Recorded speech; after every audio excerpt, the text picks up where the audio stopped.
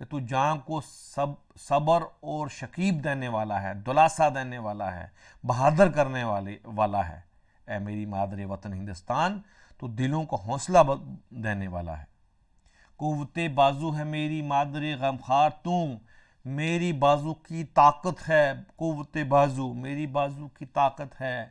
اے میرے وطن ہندوستان تو، سینہ پرغم میں میرے ہے نفس کا تار تو، اور میرے اس پرغم سینے کے اندر، میرے اس دکھ درد سینے کے اندر تو ایک نفس کا تار ہے، ایک سانس کا تار ہے، میں تیری وجہ سے زندہ ہوں۔ اگر اس میں ہم اب سروج جہاں آبادی کی زندگی لے لیں، وہ غم زدہ تھے لیکن وہ وطن سے محبت کرتے تھے، اور ان کے جیسے میں نے شروع میں کہا کہ ان کا بچہ اور ان کی بیوی دنیا سے رخصت ہو گئے، لیکن وطن کی محبت نے ان کو زندہ رکھا، اور جس کی وجہ سے انسان کبھی کبھی زندہ رہتا ہے۔ یہی تو محبت کا جذبہ ہے کہ ایک فوجی، ایک ہمارا سپاہی گلیشیئر میں کھڑا ہو کے بھوکا رہ کر جنگ لڑتا ہے، اپنی جان نچھاور کر کے بھی اس کو پچھتاوا نہیں ہوتا کہ اس نے اپنی جان اپنے ملک پہ قربان کر دی۔ اس کے گھر والے فخر سے کہتے ہیں، اس کو سلوٹ کرتے ہیں کہ ہمارے بچے نے ملک پہ جان دی ہے، وہ شہید ہوا ہے۔ اب چلتے ہیں جی ہم تیسرے بند پہ۔ تیرا دیوستان دیوی دل کے کاشانے میں ہے۔ اے میرے ملک، تیرا استان، تیرے رہنے کی جگہ دل میں ہے، تو دل میں ہے ہمارے میں، دل سے ہم محبت کرتے ہیں، اور تیری تصویر مقدس ہر صنم خانے میں ہے۔ اے میرے وطن، تیری تصویر مقدس، تیری پاک تصویر، تیری سچی تصویر ہر صنم خانے میں ہے، ہر دل میں، اور ہر شخص کے پاس موجود ہے، ہر شخص کے دل میں موجود ہے۔ لکشمی ہے تو زمانے میں، اجالا ہے تیرا، ہر کنول کا پھول پانی میں شوالا ہے تیرا۔ سرسوتی کا روپ ہے، درگا کا ہے اوتار تو، نطق و دانش کی ہے دیوی مادر غم خوار تو۔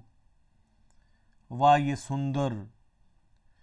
یہ سندر چپ تیری، یہ سانولی صورت تیری، دل کے مندر کی ہے زینت موہنی مورت تیری۔ لکشمی ہے تو زمانے میں، اجالا ہے تیرا۔ اب دیکھیے کہ لکشمی کہا، لکشمی ہندو میتھولوجی کے تحت یہ ہے کہ لکشمی جو ہے پیسے کی دیوی ہے، سرمایہ کی دیوی ہے، اجالے کی دیوی ہے، جس کے پاس یہ طاقت ہے کہ لکشمی ہے تو زمانے میں، اجالا ہے تیرا۔ اے ہمارے وطن، تیری وجہ سے زمانے میں اجالا ہے، تیری وجہ سے زمانے میں روشنی ہے۔ ہر کنول کا پھول پانی میں شوالا ہے تیرا، اور جو بھی کنول کا پھول ہے تیرے اے وطن، جو تجھ میں پھول کھلے ہیں، کنول کا پھول جو بہت خوبصورت ہوتا ہے، وہ پانی میں کھلتا ہے، وہ ایک مندر ہے تیرا، وہ پانی میں ایک مندر کی مانند ہے۔ سرسوتی کا روپ ہے، درگا کا ہے اوتار تو۔ اب سرسوتی اور درگا جو ہے یہ دونوں دیویاں ہیں، اور سرسوتی ہندو مذہب کے مطابق وہ ہے جس کے پاس نالج ہو، جس کے پاس سنگیت کی نالج ہو، بولنے کی طاقت ہو، وزڈم ہو، اور سیکھنے کی جس میں شمتا جو ہو، اور درگا کا ہے اوتار تم۔ اور درگا بھی ایسی دیوی ہے کہ جس میں طاقت ہو، وہ طاقت کی ہے، اور ایسی دیوی ہے کہ جو پروٹیکشن کرتی ہو انسان کی، طاقت دیتی ہو زمین کو، دشمنوں کو ختم کرتی ہو، وار میں جو ہے وہ وار کے لیے بہت مشہور ہو، اور ان کے جو ہے تہوار بھی دونوں دیویوں کے منائے جاتے ہیں۔ تو گویا یہاں پر شاعر نے استعارن اپنے ملک کو سرسوتی اور درگا کہہ دیا ہے، اور دیکھیے کہ سروج جہاں آبادی کا وطن سے کیا پیار تھا۔ علامہ اقبال کی نظم کے مجھے اشعار یاد آ رہے ہیں۔ نیا شوالا میں انہوں نے کہا تھا کہ سچ کہہ دوں اے برہمن، اگر تو برا نہ مانے، تیرے صنم قدوں کے بت ہو گئے پرانے، اور پتھر کی مورتوں میں سمجھا ہے تو خدا ہے، میرے اس دیش کا مجھے ہر ذرہ دیوتا ہے۔ وہاں علامہ اقبال کی محبت تھی وطن کے ساتھ، نیا شوالا نظم ہے۔ اور یہاں پر سرور جہاں آبادی کہہ رہے ہیں کہ سرسوتی کا روپ ہے، درگا کا ہے اوتار تو، نطق و دانش کی ہے دیوی مادر غم خوار تو۔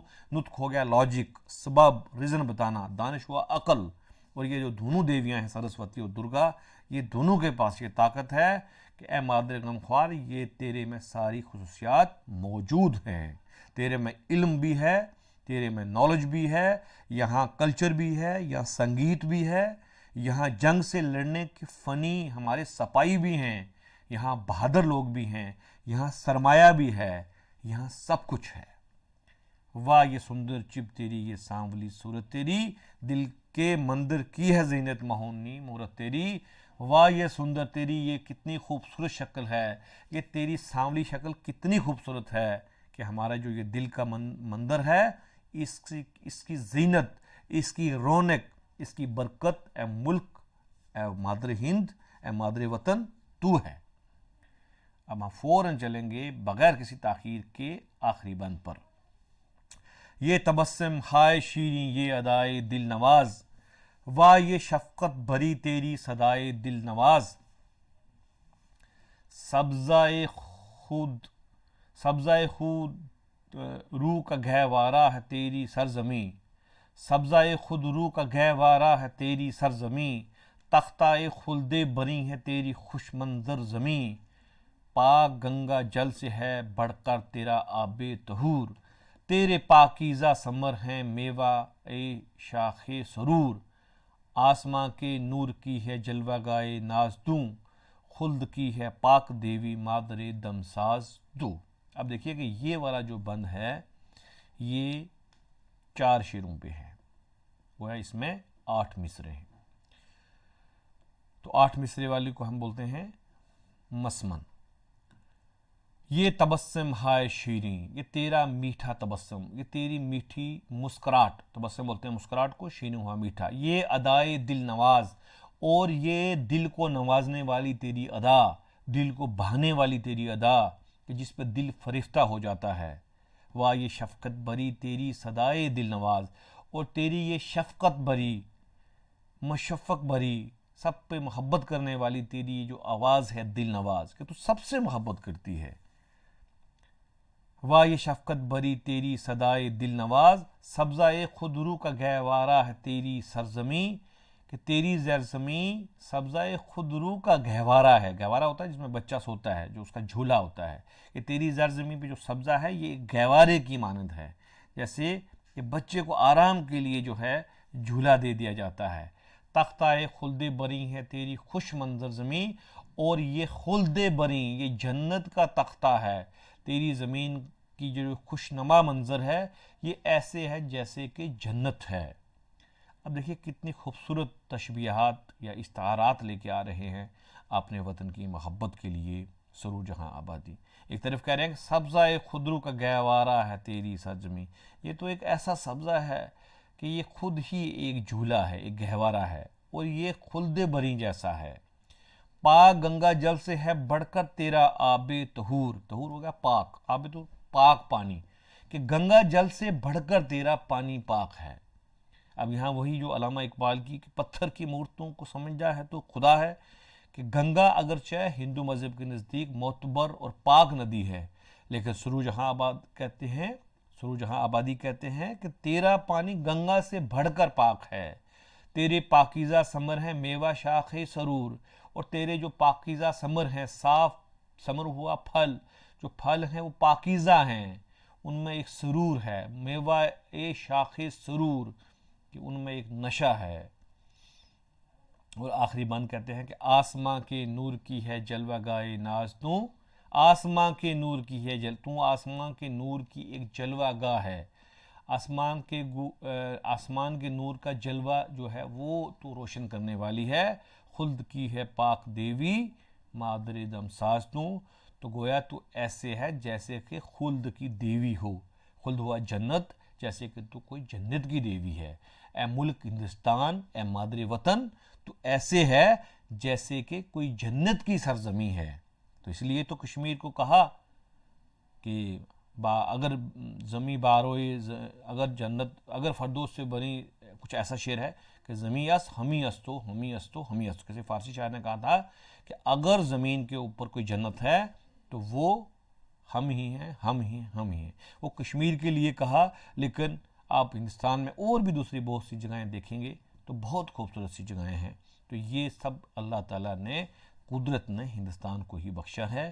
اس لیے بہت سے شعراء نے اس پر نظمیں لکھی ہیں، اور سرور جہاں آبادی کی یہ نظم بھی اپنے اعتبار سے ایک کامیاب نظم ہے. وطن کی محبت کا بہترین نقشہ کھینچا ہے، اپنے جذبات اور احساسات کا بہترین اظہار کیا ہے، اور نہایت کامیابی کے ساتھ جو انہوں نے ڈکشن لایا ہے وہ اس کے ساتھ بڑا میل کھاتا ہے، اور نظم پڑھنے کے بعد ایک تسلی اور ایک سکون قلب ملتا ہے. اب میں نے آپ کو کہا تھا کہ میں چند سوالات آپ کو پوچھوں گا نظم کے اختتام پر. آپ مجھے بتائیں گے کہ سرور جہاں آبادی کا پورا نام کیا ہے؟ سوال نمبر 1. سوال نمبر 2 آپ کمنٹ باکس میں لکھیے گا کہ یہ کب پیدا ہوئے اور ان کی وفات کب ہوئی. سوال نمبر 3 آپ بتائیے گا کہ انہوں نے فارسی کس استاد سے سیکھی. سوال نمبر 4 آپ دیکھیے گا کہ یہ کس کی موت کے بعد بہت غمگین ہو گئے. اور سوال نمبر 5 کہ ان کی موت کا سبب امیجیٹ کیا افیکٹ بنا. اور سوال نمبر 6 کہ سرور جہاں آبادی کی کسی ایک کتاب کا نام کمنٹ باکس میں لکھیے. اگر آپ یہ لکھ لیتے ہیں سوالات تو سمجھیے کہ آپ نے اس کو اچھی طریقے سے سن لیا ہے، اور اگر آپ کو کوئی دقت آتی ہے تو آپ مجھے پوچھیں، میں آپ کو بتانے کے لیے حاضر رہوں گا. تو دوستو، جن دوستوں نے چینل کو سبسکرائب نہیں کیا ہے آپ چینل کو سبسکرائب کر لیں، اور اپنے اگلے دوستوں میں دوسرے کالجز میں اس کو آپ شیئر کرتے رہیں. اپنا دھیان رکھیے گا، سلامت رہیں. خدا حافظ.